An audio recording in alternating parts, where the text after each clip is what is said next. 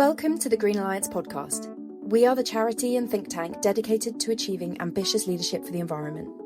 I'm Holly Brazier Tope, Deputy Director of Politics at Green Alliance. As Parliament returns from recess this week, politics and media are shifting back into high gear. The Labour government heads into its second year with climate and net zero as a defining but increasingly contested area of policy. Public attention is fragmented by global insecurity, the cost of living crisis, and political polarisation. Against this backdrop, how we talk about climate has never been more important and never more difficult. This episode explores the crisis of communication on climate, what stories resonate, how political communication compares with the past, and what is at stake in the busy political season ahead. For this episode, I'm thrilled to be joined by Fiona Harvey, Environment Editor at The Guardian, who has been reporting on the environment for more than 20 years. Thank you so much for joining me, Fiona. Let's get started by talking a bit about climate narratives and how the public engage with climate and environment issues. So, in the broadest sense, how do you think climate comms and public salience and understanding is going in the current political context? I think it's actually going rather well, which may be surprising to some people because, we have this prevailing narrative that people are going against net zero, that people are fed up with environmental issues. There's a kind of a narrative that we should all just pack up and go home because the Reform Party narrative has won and everyone just wants to go back to fossil fuels. That's not true when you ask people. And even people who say that their intention is to vote reform actually want action on the climate. They don't buy into this climate denialism, this anti-net zero narrative that's being pushed by the Reform Party, but also by the Tories. I think that's really important for people to realise. It's really important for the Labour government to realise that people are behind them when they push for climate action. People want to see climate action. They want to see it urgently. They want to see it strong. They want to see, real progress here. They don't want just to kind of fiddle around at the margins. They want more renewable energy, more onshore wind, even though the last Conservative government tried to tell us that they didn't. We know that people do. They want more offshore wind. They want more solar. People are crying out for solar panels. And for years, we had a government that refused to even countenance making solar panels compulsory on new buildings, which is such a no-brainer that we used to get tons of people writing into us and talking to us at every opportunity saying, why aren't we doing this? It's so basic. So there is an appetite out there for climate action. There really is a will there. And we should look very carefully at who is pushing this narrative that says people don't care, that says people are anti-net zero. Because the people who are pushing that narrative are pushing it because it's in their favour. And it's in the favour of the people who back them and the vested interests that they represent. Really interesting. I mean, I think you're completely right that people absolutely would not know that the public necessarily feel the way that you do, but polling does consistently back it up. Why do you think that that's not being represented in the media? Well, we have a very right-wing media, don't we? Apart from The Guardian. And they have a vested interest in this narrative, this anti-net zero narrative. They have it partly for political reasons, partly because they've got nowhere to go. They had Brexit. They used to blame everything that went wrong on Europe as this kind of big bugbear. Now we've got Brexit. It's been a disaster. And they're trying to divert attention by saying, oh, look, here's this other thing we found. This other thing that we can pin all the blame on. This net zero. And that appeals to a kind of a certain inherent conservatism, small c conservatism, that's in most people, really. People don't want their way of life to change too dramatically because that kind of change is quite scary. But on the other hand, people do realise, people understand quite a lot more than they're given credit for about the climate crisis. People see that the weather is changing around them and they know that something has to be done about it. And they know that really, their way of life is going to have to change whether they like it or not because the climate is going to change that for us. If you're an old person in the UK today, You must be worried about heat waves and overheating because they can be really dangerous for older people. If you're a young person in the UK today, you're terrified about your future. And if you're kind of a middle-aged person like me, then you're worried about your children. So, everyone has a stake in this, and everyone can see what's happening.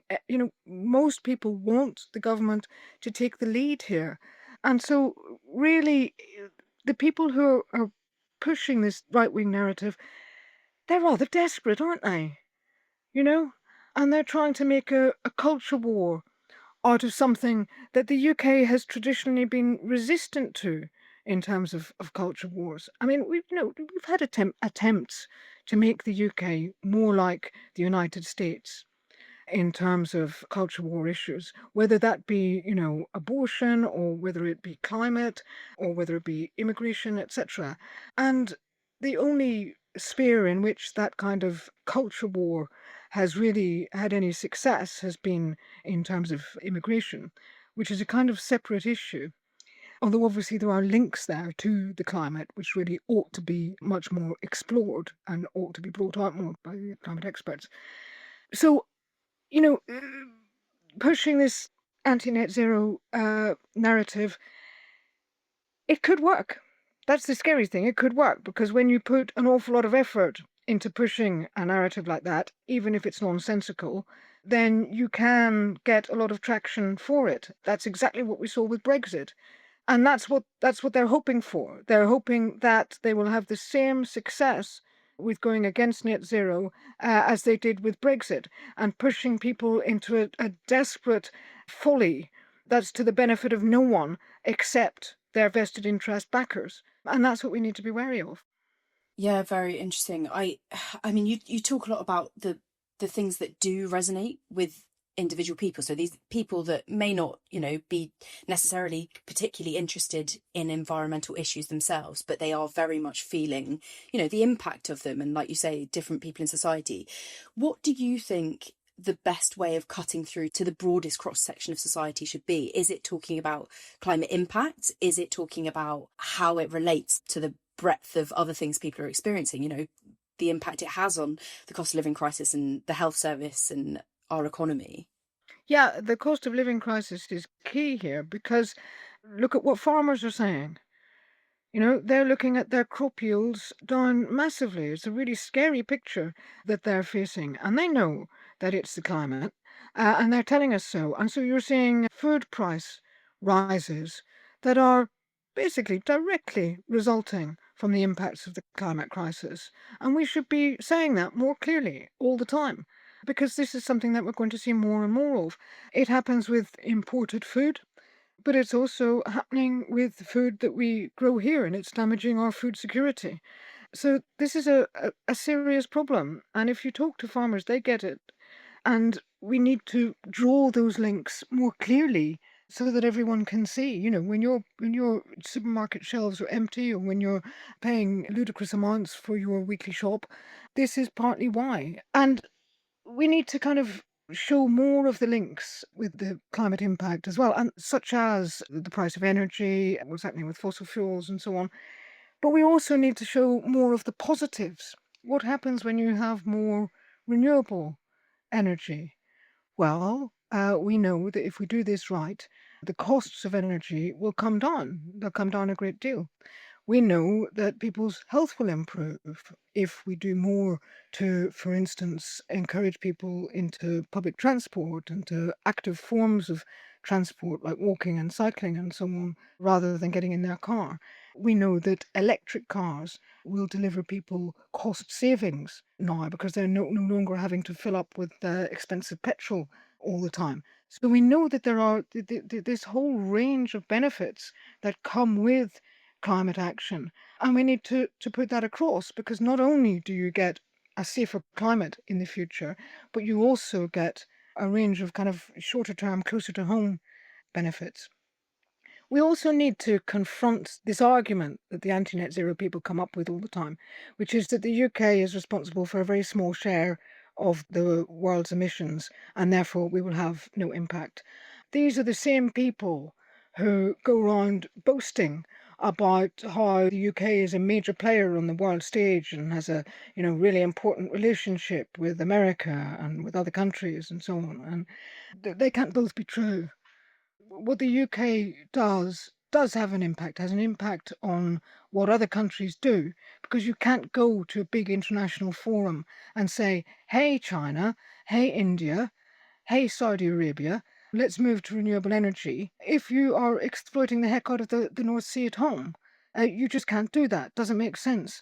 So if you want the UK to have this position on the world stage and be influential, then you need to be walking the walk as well as talking the talk.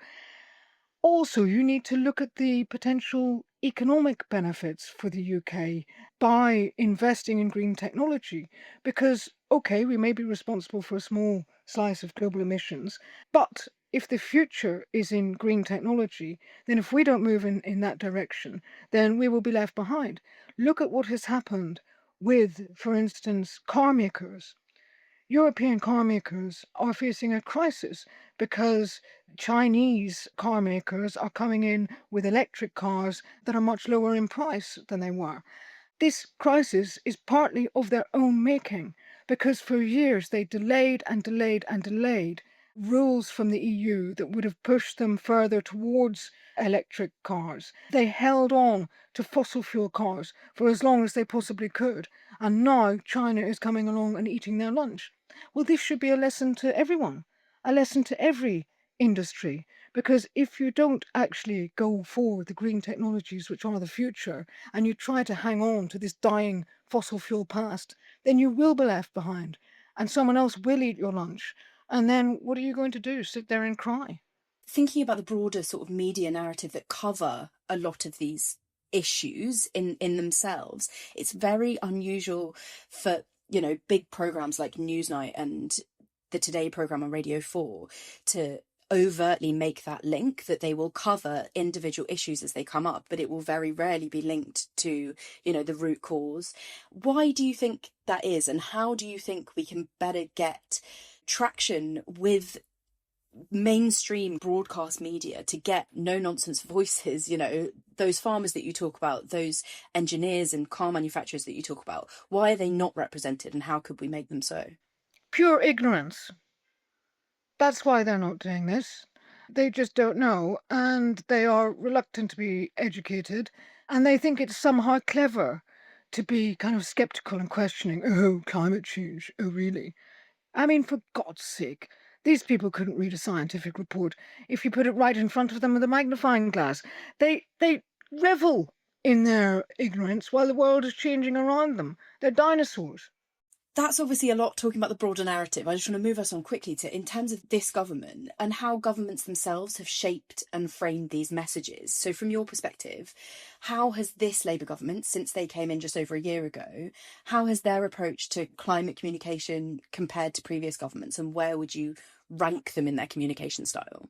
Well, in some respects, they've done really well. Even the Climate Change Committee, which for years has been saying, oh, come on, government, do something, gave them a very good report earlier this year saying that they're doing lots of the right things and moving in the right direction. They're not going fast enough.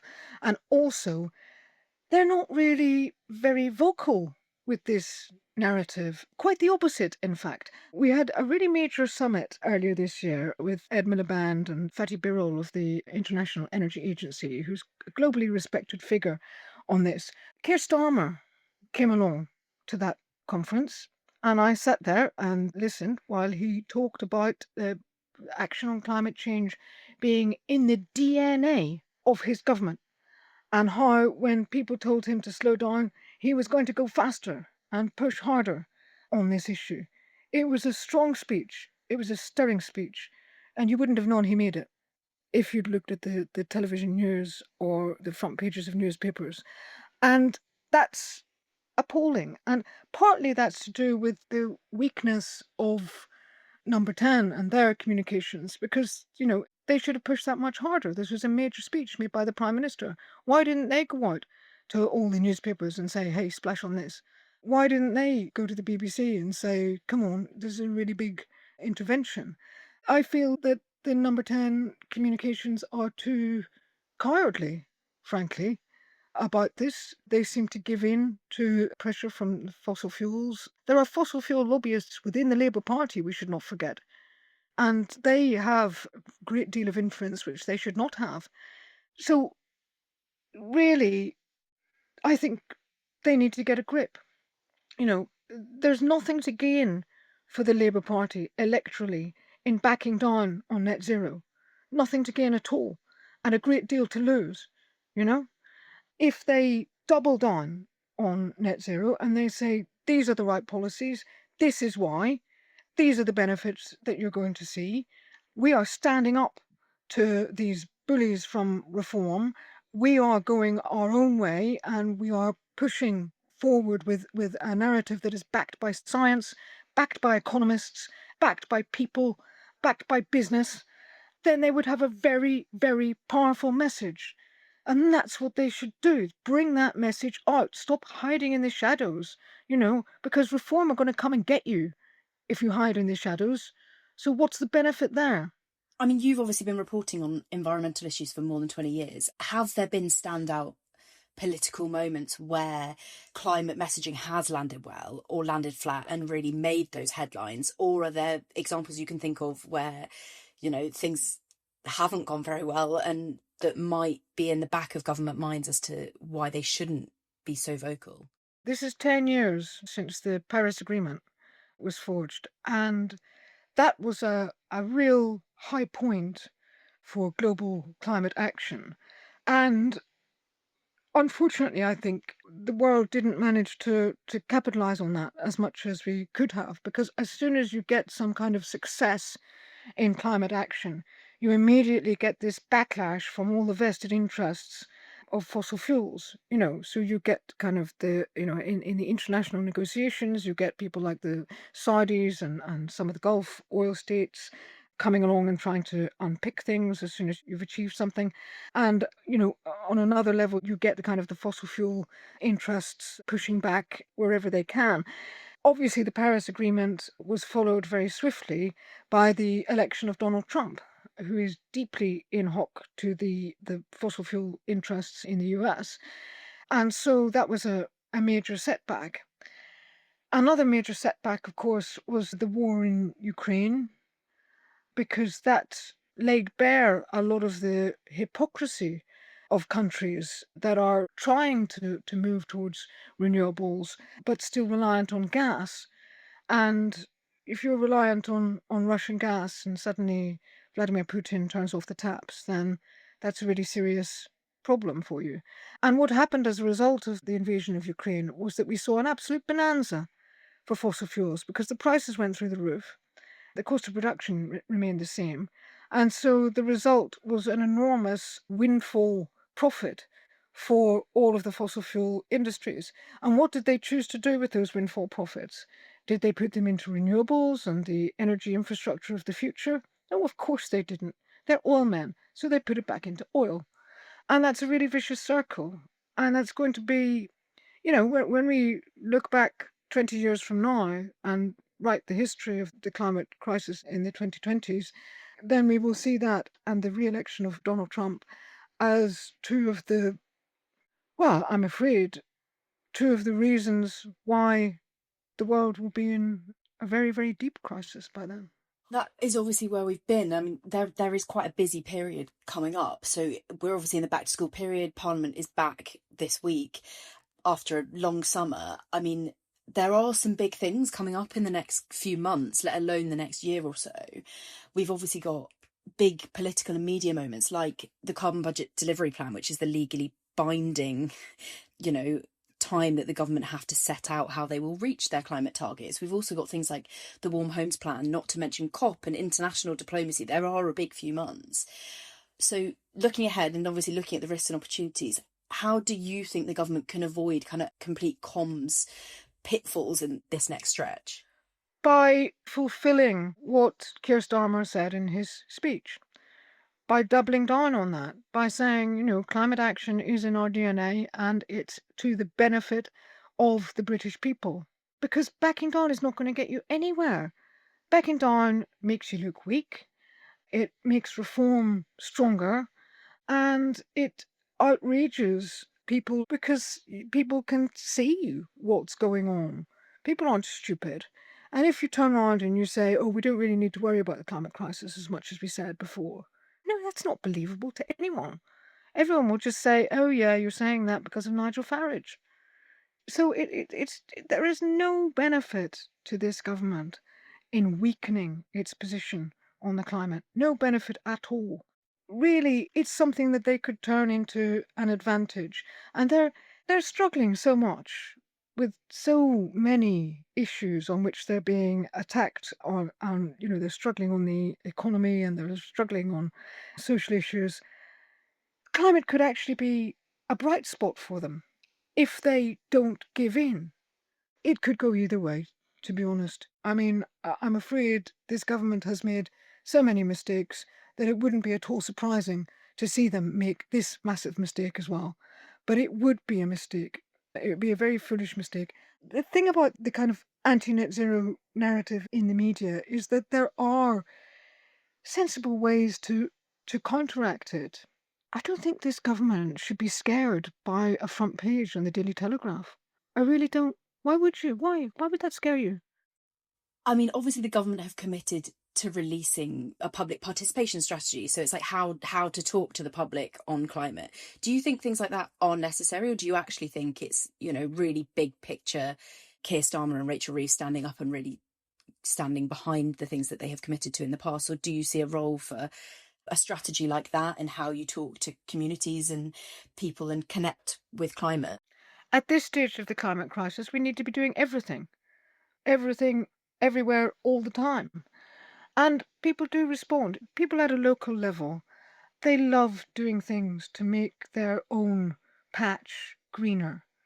Whether that is putting solar panels on a primary school or growing trees or clearing up a neglected bit of green space or taking shopping trolleys out of the canal.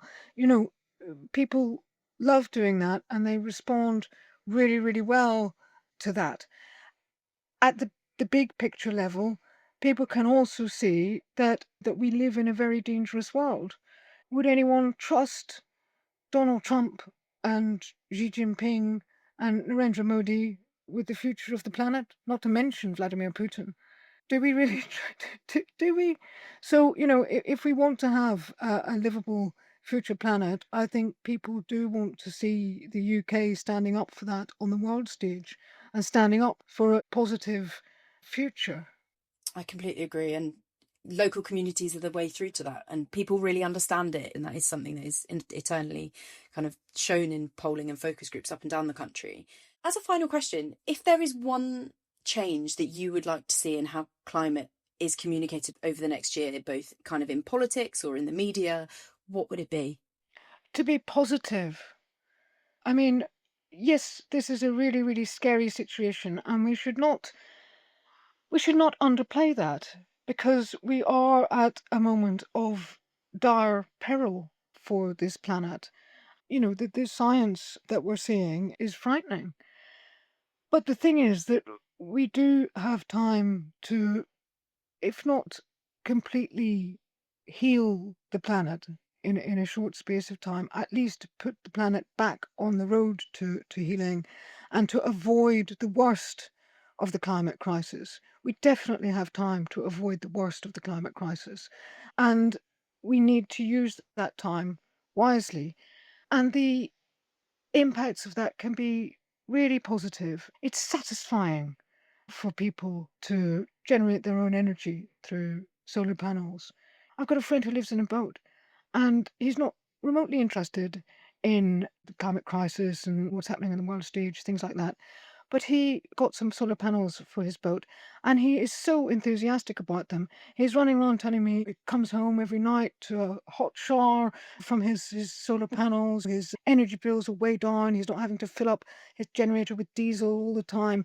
And he didn't get these for green reasons, but he absolutely loves them. And I think that there are lots of people like that who have become sort of evangelical about green issues without being green at all. And I think we need to see more of that and acknowledge that there is a really positive story to be told here. if we would only listen. On that incredibly positive note, with some clear advice in this podcast, I think, about what the government and media could be doing differently. Thank you so much for joining me, Fiona. It's been a pleasure. Thank you for doing this podcast. Thank you for listening to this episode. Keep checking in as we'll continue to bring you specialist interviews and highlights from our events here on your podcast feed. You can subscribe on your favourite podcast app, and you can follow us at Green Alliance UK on X and Green Alliance on LinkedIn and Blue Sky.